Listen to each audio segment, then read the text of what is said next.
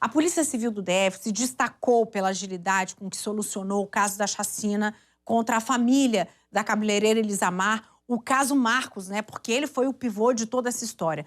Foram 15 dias de investigação, 10 corpos encontrados, identificados, cada um num estado diferente, 5 presos, um menor apreendido.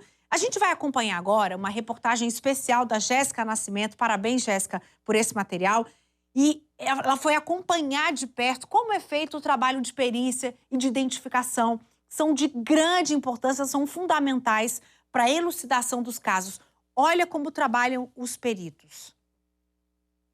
O pior crime considerado pela Polícia Civil na história do Distrito Federal.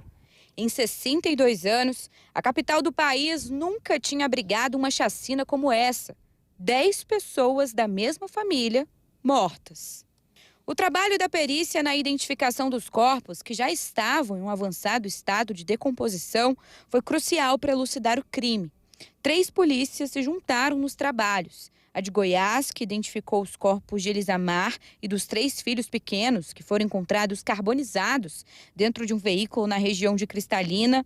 Já a Minas Gerais foi responsável por identificar Renata e Gabriela, mãe e filha, que também foram queimadas dentro de um carro na região de Unai. Aqui no Distrito Federal, 4 corpos também tiveram a identidade confirmada. O de Marcos Antônio, que estava enterrado em um cativeiro, e de Tiago, Claudiana e Beatriz, que estavam dentro de uma cisterna. O resultado na identificação dos corpos aqui no Distrito Federal saiu em menos de 24 horas. E o segredo de tanta agilidade e precisão é a integração de 4 institutos que fazem parte do Departamento de Polícia Técnica aqui do Distrito Federal. Nós temos o IML, um Instituto de Pesquisa de DNA Forense, um Instituto de Identificação e um Instituto de Criminalística. O trabalho dos 4 institutos começa no local do crime, na chácara da família, na região do Itapuã, no cativeiro e na cisterna, em Planaltina. Os peritos recolheram todos os vestígios possíveis, corpos, fluidos, fragmentos.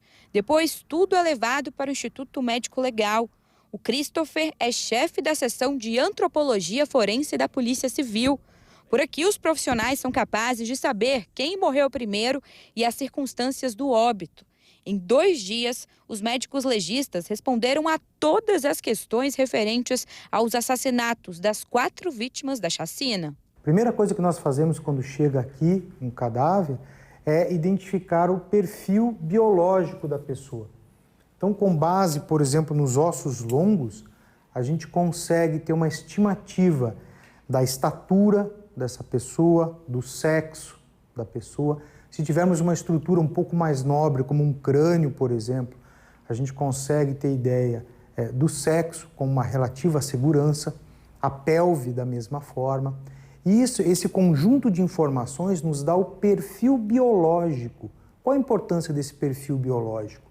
Ele serve como uma triagem, ele antecede o trabalho de pesquisa do DNA, porque a gente já entrega para o laboratório um provável suspeito. A gente consegue restringir.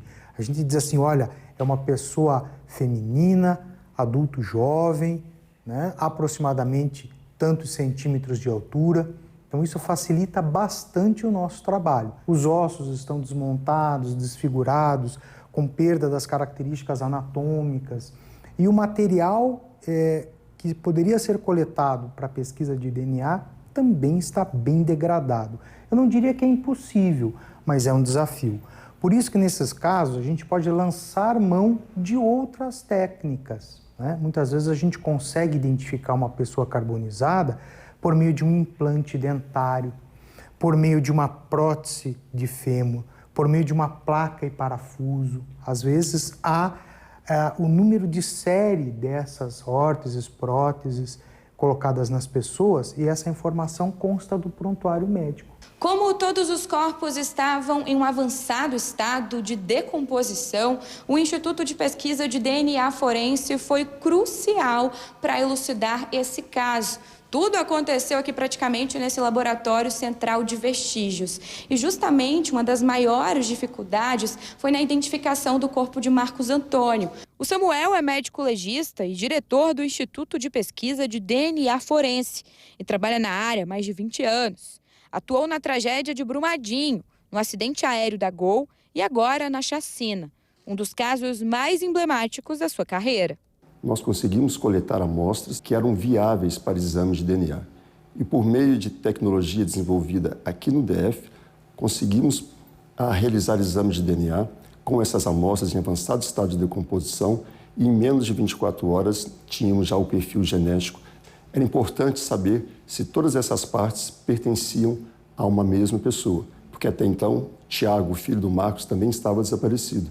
Era possível, eventualmente, caso Tiago também estivesse morto, que uma dessas partes pudesse ser de Tiago. A próxima etapa foi a identificação. Para isso, Samuel explica que o DNA da mãe de Marcos também foi coletado e as informações cruzadas. Com a confirmação de que o corpo era de Marcos, o material biológico também foi para Belo Horizonte. Foi por conta do DNA de Marcos que os corpos de Gabriela e Renata também foram identificados. Pela antropologia, os exames de Belo Horizonte comprovaram que se tratava de uma mulher adulta, o corpo de uma mulher adulta e um corpo de uma mulher jovem. Acreditava-se, então, que supostamente seriam de Renata e Gabriela, respectivamente.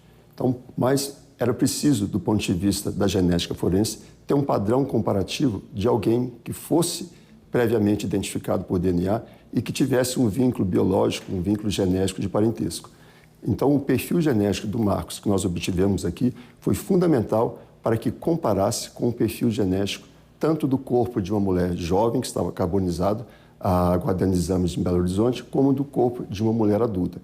Com essa comparação, comprovou-se que o corpo da mulher jovem se tratava da Gabriela e, obviamente, como Gabriela era filha de Renata, foi possível fazer essa identificação genética de mais 2 corpos. Como o corpo do patriarca da família estava em um estado avançado de decomposição, a análise de impressões digitais também ficou comprometida. Mas no Instituto de Identificação, os papiloscopistas conseguiram confirmar essa informação. Renata é chefe do laboratório de exames em cadáveres especiais. A identificação foi feita em 1 hora e 30 minutos. Os autores do crime usaram uma substância para ajudar a decompor com mais facilidade o cadáver e dentro do laboratório a gente conseguiu neutralizar essa substância, fazer um tratamento específico para aquele cadáver em decomposição para poder fazer um registro satisfatório das impressões digitais. Após o tratamento adequado, as impressões digitais ficaram mais visíveis. As de Tiago, por exemplo, foram identificadas em apenas 15 minutos. Cláudia em meia hora e Ana Beatriz, 24 horas. O trabalho dos papiloscopistas também ajudaram a polícia a não só identificar as vítimas, mas como também os envolvidos. Uma perícia feita na casa, que foi utilizada como cativeiro, encontrou impressões digitais de Carlomando Santos, de 26 anos, responsável por simular os assaltos na chácara de Marcos e na casa de Cláudia, para sequestrar os familiares. Especificamente do Carlomando, a gente teve um vestígio de local que foi trazido para cá, que foi uma palmar, e como a gente não tinha o nome dele, a gente teve que lançar no sistema. E o sistema trouxe essa palmar para a gente e a gente conseguiu dar esse positivo. A coleta de qualquer vestígio em local de crime também é crucial na elucidação de um caso. Peritos criminais do Instituto de Criminalística encontraram no cativeiro cordas, fios de cabelo, além de 8 celulares. A Polícia Civil utilizou várias tecnologias para elucidar essa chacina. E uma dessas tecnologias é o luminol, né, Luiz? Porque vocês jogam em uma superfície esse líquido. Se a pessoa, o criminoso, tiver lavado, aí mesmo assim não muda, né? Porque vocês jogam o luminol e encontram esse sangue mesmo assim. Exatamente. A gente usa esse exame para detectar se um ambiente foi limpo na tentativa de esconder um crime que aconteceu. Então, por exemplo, aqui nessa bancada, a gente já experimentalmente colocou sangue, está limpo, visualmente, olho nu, a gente não vai conseguir enxergar, mas com o auxílio do luminol a gente consegue perceber que houve sim uma fonte de sangue aqui nesse ambiente. Pois é, para vocês de casa conseguirem identificar bem esse trabalho da Polícia Civil que a gente está mostrando aqui para vocês, a gente vai desligar as luzes, porque o Luiz vai jogar agora o luminol na mesa. Então, a gente vai desligar as luzes e a gente vai, então, identificar. Ó, vocês conseguem perceber as gotas do luminol Imediatamente. à medida que a gente vai borrifando. Meu Deus. Aqui uma mancha muito maior de arrastamento, então aqui a gente simulou um gotejamento e um arrastamento aqui. E foi aqui o caso, Luiz, da chacina, porque vocês passaram o luminol em um dos carros dos suspeitos, olhando ali como a gente estava vendo essa mesa antes. Não parecia ter nada de sangue, e assim como a gente está vendo na mesa, apareceu em um dos carros dos suspeitos, né? Exatamente. A gente encontrou sangue oculto tanto em um dos veículos, na parte de trás, indicando que uma pessoa esteve ferida, como também encontramos sangue oculto no local do cativeiro, em uma sacola e numa faca que estavam escondidas debaixo de um colchão. E esse trabalho que a gente está acompanhando aqui, Luiz, a gente mostra como é importante, porque a gente consegue colocar pessoas também na cena do crime, consegue colocar violência na cena do crime, porque o sangue, por exemplo, que foi encontrado no veículo, pode ser do Marcos Antônio, por exemplo, porque ele foi morto ali no dia 28 de dezembro, ele é colocado dentro do carro, quem sabe não é o sangue dele, por exemplo, ou da Renata, ou da Gabriela, mas se sabe que tem violência ali. Então é um artifício, uma tecnologia muito importante utilizada nesse tipo de caso. Exatamente. E o mais relevante disso é que não importa quantas formas de inovar o crime, de tentar disfarçar o crime, a gente sempre vai ter novas tecnologias que vão auxiliar a identificar a ocorrência de um crime. Tem sangue, lavou, não adianta. A gente consegue achar do mesmo jeito. O trabalho árduo da Polícia Civil, somado com a tecnologia de ponta, fez com que esse crime macabro, cheio de detalhes, dores, pessoas, crianças, fosse elucidado com uma rapidez surpreendente, trazendo pelo menos um pouco de conforto aos familiares que ficaram. A Polícia Civil está preparada para cumprir a sua atribuição constitucional, que é a elucidação dessas infrações penais dentro da competência dela, que está prevista também na Constituição.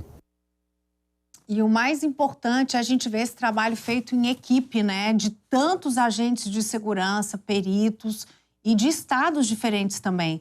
Vocês viram aí que a gente conseguiu em tempo recorde trazer luz para esse caso pelo trabalho abnegado de uma série de profissionais que juntos trabalharam para a elucidação. E você que gosta de assistir filme policial, esses filmes que tem todos esses mistérios aí de investigação, agora já tem noção de como a coisa acontece na realidade e da capacidade das nossas polícias equipadas hoje para solucionar os crimes que a gente mostra aqui. Parabéns a todo mundo que trabalhou na investigação desse caso.